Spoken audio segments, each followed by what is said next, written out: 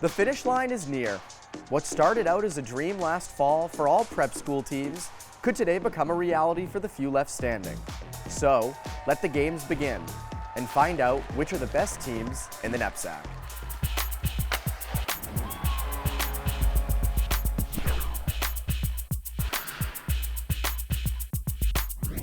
Hello again, everyone. I'm Evan Marinofsky here at the Bright Landry Hockey Center on the campus of Harvard University.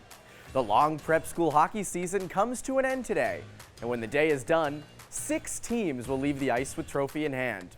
3 games for the boys and 3 for the girls that decide who earns bragging rights in their respective divisions. The boys' title games are here at Harvard. The girls are in Dedham on the campus of Noble and Greeno. We'll start with the girls.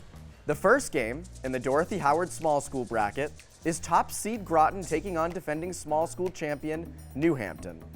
Game 2, it's the Patsy Auden Large School title match between BB&N and Dexter Southfield.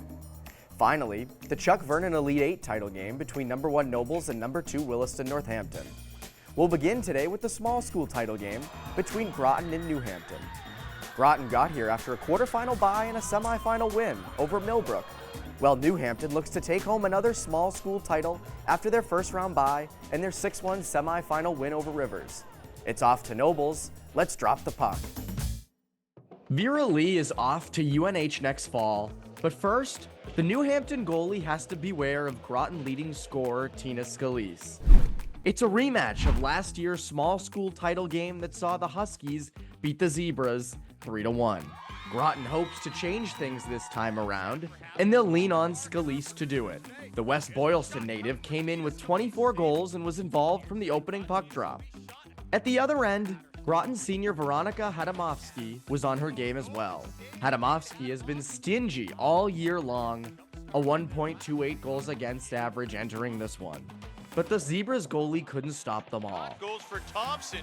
One more Laughlin shot, score! It's Reese Luber. 1-0 Huskies. New Hampton carried their lead into the early stages of the third period when the Zebras tied it. For Harvard Crimson, and we have a tied game. Tina Scalise, 1-1.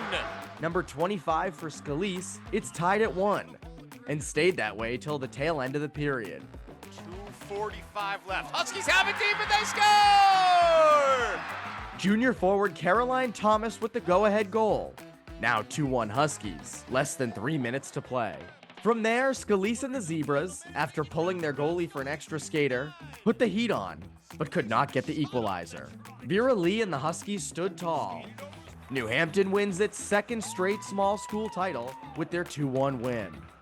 My line's been buzzing all year. We've just been forechecking all game, and that was kudos to my line mates. I mean, I just put it in the net. We've been through our ups and downs all season. We're a great team. We have great talent, and we just worked our butts off all game. To win back-to-back, amazing group. We had a lot of adversity. We had a lot of new kids this year, so it took a little while to reestablish some culture for the group, but we figured it out, and I'm so proud of them.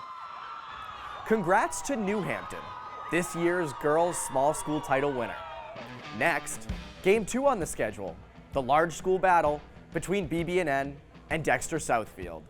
4th-seeded BB&N got here after their tournament wins over number 5 Thayer and an overtime win in the semis over number 1 Choate.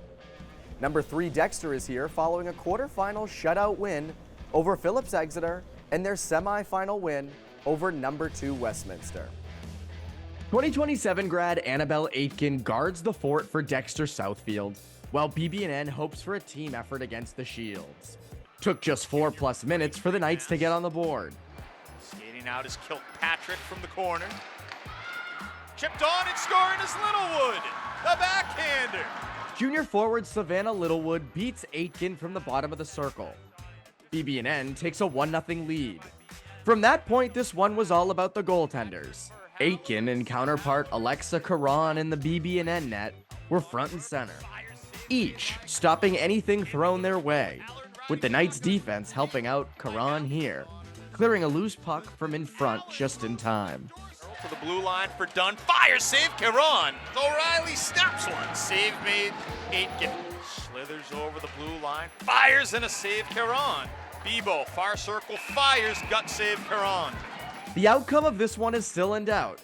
More when the Journal returns. New England Hockey Journal's Rinkwise podcast, hosted by Stephanie Wood and me, Evan Marinovsky, is the hockey podcast for serious hockey players and their supporters to help guide them throughout their hockey careers with interviews and insight from some of the biggest names in the game. Download Rinkwise today wherever you get your podcasts or listen at hockeyjournal.com/podcast.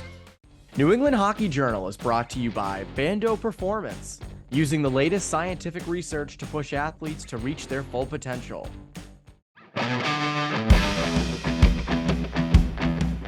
Hey guys, Charlie Bando here with Bando Performance. And in our final episode, we're going to recap what we demonstrated so that you can take those skills that you learned and apply it to your offseason.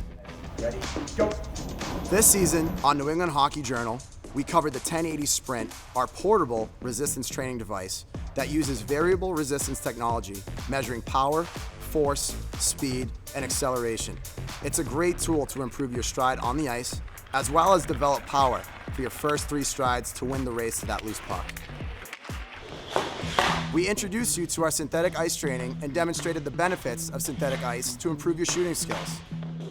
And we showed you the technology behind the force plates. Force plates analyze and measure the force an athlete produces and athlete imbalances to provide training insight for coaches and to support the rehab process. Individual athletes, when given a personally tailored program from their force plate data, can really improve performance. During the off-season, you should make it a point to get in the gym at least 3 days per week. Get out of your skates and go play other sports. And make smart nutritional choices to correlate with your performance in the gym. At Bando Performance, we'll work with you and structure a program that will give you the best opportunity to reach your goals using a professional, cutting-edge, technological approach to training to ensure the best results for you. Our programs go beyond the gym. We have the Worcester Whitehawks program, which is a girls' organization ranging from U8 all the way to U16. We have on-ice skills, which you can find during the off-season at any 3 of our locations. What makes us unique is that we can individualize and personalize each program to ensure the best results from our athletes while looking at the data that they produce. I started Bando Performance because I wanted to be the best in strength and conditioning. To reach your potential, give us a call at Bando Performance. We have locations in Worcester, Dedham, and Woburn, Massachusetts. And you can find us online at bando-performance.com. Back now, BB&N and Dexter. Each team had penalties to kill, and each did so successfully. Early in the third period, still 1-0 Knights, and pressing for more. Here's Weyerhaeuser, takes the top off the defense, save Aitken, still loose, no whistle yet, and they'll blow it dead. All Aitken and Dexter needed was a goal. But Caron and the Knights had other ideas. Dexter kept firing, but the results stayed the same. Kept in by Peterson, flings it, Caron the stop. Final minute, Dexter pulls the goalie for an extra skater. Didn't matter. Caron was there and BB&N holds on. The Knights, their 1-0 win earns them their second large school title in the last 3 years. Offense has been a struggle for us all year, so we really just been focused on the D side of it, and they did a great job today coming through, executing. I just had to play like it was another game. Yeah, we were playing for a championship, but I knew my team had my back. I mean, we all worked together. It was not just me. I mean, we put up a battle and we came out on top. Congratulations to BB&N, the NEPSAC Girls Large School Champion. Now the final game of the day for the girls. The Elite 8 title game between number 1 Nobles and number 2 Williston Northampton.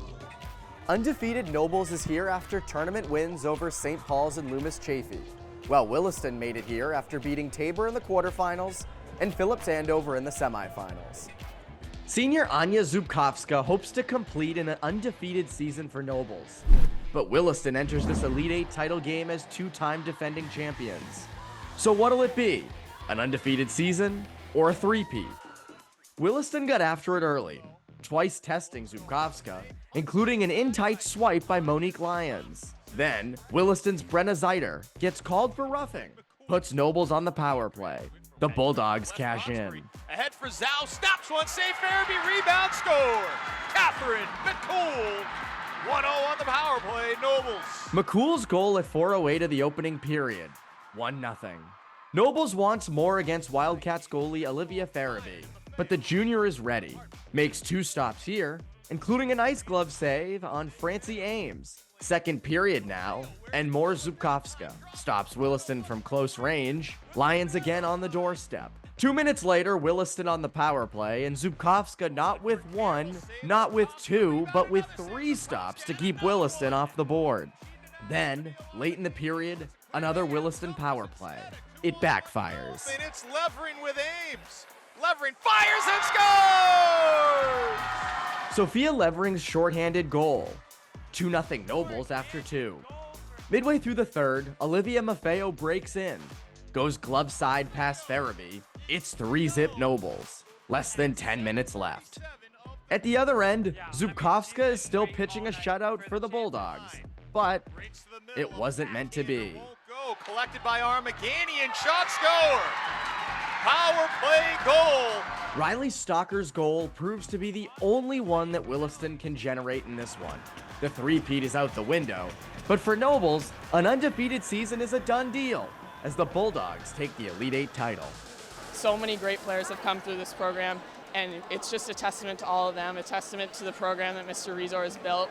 This group was just so determined. You know, they came out today and just really took it. I was really pleased because that's a great team, Williston, and I think we were able to stand up and be as aggressive as they were. To be able to practice the last Friday of the season 2 days ago, I mean, you get to there and it's just, you know, it's all gravy. The girls' Elite Eight title belongs to Nobles. Congrats to them. Now the boys take the ice. The 2024 NEPSAC Tournament boys title games are on deck when New England Hockey Journal continues.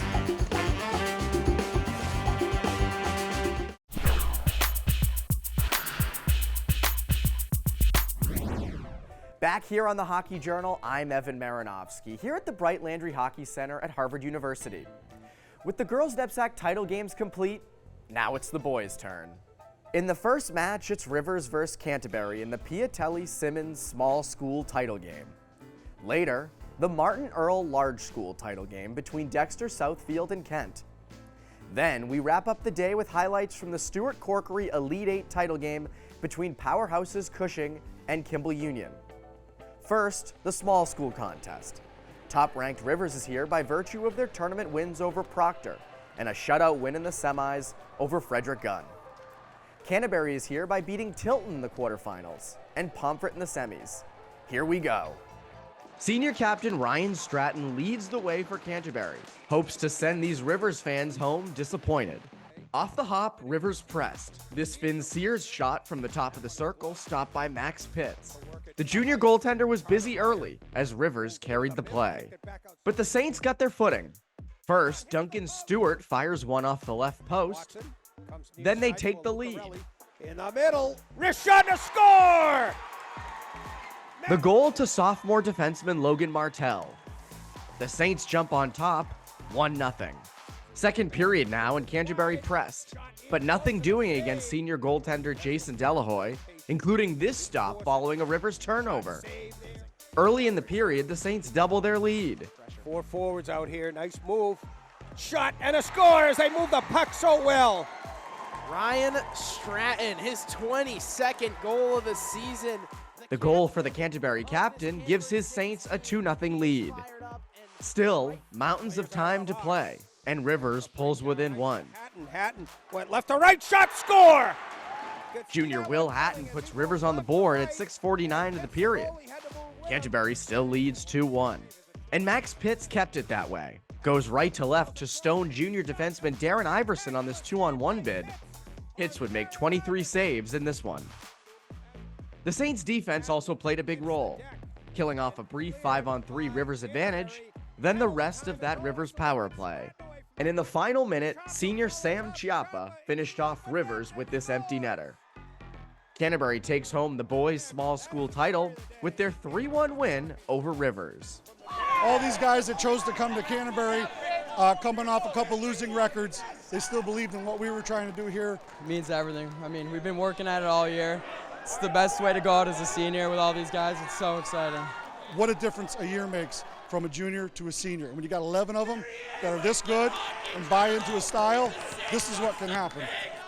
Congratulations to Canterbury, this year's NEPSAC Boys Small School Champions. Next, it's the boys' large school title game between Kent and Dexter Southfield. Kent, as the 5th seed, beat number 4 Deerfield and number 8 Berkshire in the tournament to get here. Berkshire knocked off top-ranked Nobles in the quarterfinals. 3rd-seeded Dexter is here after beating Belmont Hill and Phillips Andover.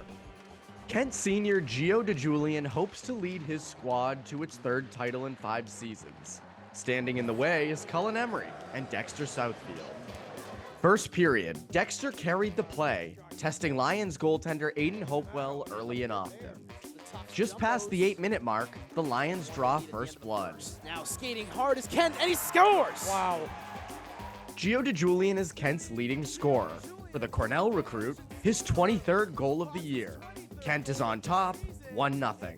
Less than 30 seconds later, and with a little luck, Dexter ties it. Porter gets crunched on the boards, but Dexter maintains the puck.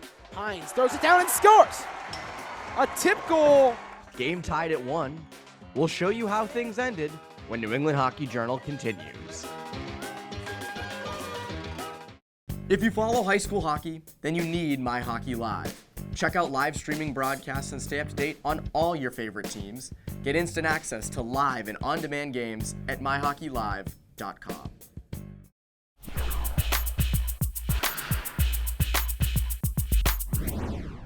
Back to the boys' large school title game, Kent against Dexter, and for much of the game it was the Aiden Hopewell show.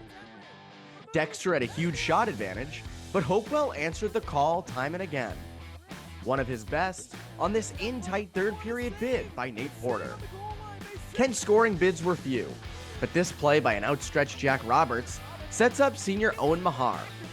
Kent leads 2-1 with less than 9 minutes left, but this one was not over. Plays it up top. Chance here for Dexter. Score! It's Joe Markey! The CM transfer with the goal. 5.5 to play, and it's tied again at 2. Final minute now. Are we thinking overtime? Going middle. DeJulian scores! Oh my! DeJulian's second of the game with 48 seconds left. Kent wins the boys' large school title. Feels great. I mean, this is our second, most of our seniors, this is our second one. It was great the first time, second time's even better, so. It's great to kind of see it culminate with 3 awesome games, the way we played over the last couple games, just unselfish, supporting each other, kind of pulling each other through some tough battles. So it was really nice to see it all come together. We had a really good start and then some ups and downs, but really great to see this group of seniors. I mean, we've got 13 seniors, to have them go out on a win is awesome. Kent, this year's boys' large school champions. Now the day's final game, the boys' Elite 8 title game between top-ranked Cushing and number 2 Kimball Union. Cushing needed overtime to beat St. Sebastian's in the quarterfinals and a 4-1 semifinal win over Avon Old Farms, while Kimball Union needed overtime wins over St. George's and Salisbury to advance. Let's drop the puck. Cushing enters the Elite 8 title game as the number 1 seed, which perhaps brings back not-so-great memories for the Penguins, who lost last year as the top seed to Avon Old Farms. This year, they'll lean on perhaps the best goaltender in prep hockey in Marco Billick, against a powerful Kimball Union squad who split a home-and-home series with Cushing 2 weeks prior. Both teams have firepower. KUA scored first. Turns and fires. Sadowski in front, scores! Scoring machine Jack Sadowski, his 40th goal of the season. It's 1-0 KUA. On the other end for the Wildcats, goaltender Blake McMenamin. Here stopping Josh Ivey twice from in close and keeping Cushing off the board in the early going. Another stop by McMenamin as Max Deneen breaks in. 2 minutes later, KUA increases their lead. Drew drops for Sadowski. Sadowski sweeps it wide, and a shot and a score! 6.5 to go in the first period. It's Corwith Simmers with the goal. Now 2-0 Wildcats. Later, Cushing's Troy Maldonado is called for a cross-check, and KUA makes them pay. Quickly back to Sadowski. Shot, score! I think Watroba might have tipped that in front. The goal to Sadowski, and KUA is in a 3-0 driver's seat. Cushing, though, would not say die. The Penguins with chances against McMenamin in the KUA goal, but just couldn't break the ice. Still 3-0 KUA. But Cushing isn't the top seed for nothing. Right in front goes Marshall, and somehow that gets in the net. The goal to Bronson Hunt, and Cushing has life. Now 3-1 KUA, and plenty of time left. Later, Cushing may have caught a break when this Sadowski bid was ruled no goal. A second look. Sadowski thought it was in. You be the judge. Cushing pressed in the third period, but couldn't dent McMenamin, and a Simmers empty netter sealed the deal. Kimball Union Academy, this year's boys Elite 8 champions. Last year, we lost in the Elite 8, and one of the worst feelings ever, but bouncing back like we did this year was awesome. It's one of the best feelings ever. So happy for these guys. You know, they've worked so hard. We fought through so much this year, and we just kept coming back within games, from game to game. You know, they're just really resilient. There's some fierce competitors on this team, and everyone pulled together this year. I was really proud of them. Cushing and Paul does an amazing job, so it's a really good feeling to come out on top. 6 games today, 6 champions, as another NEPSAC hockey tournament is in the books. I'm Evan Marinofsky. See you next time on New England Hockey Journal.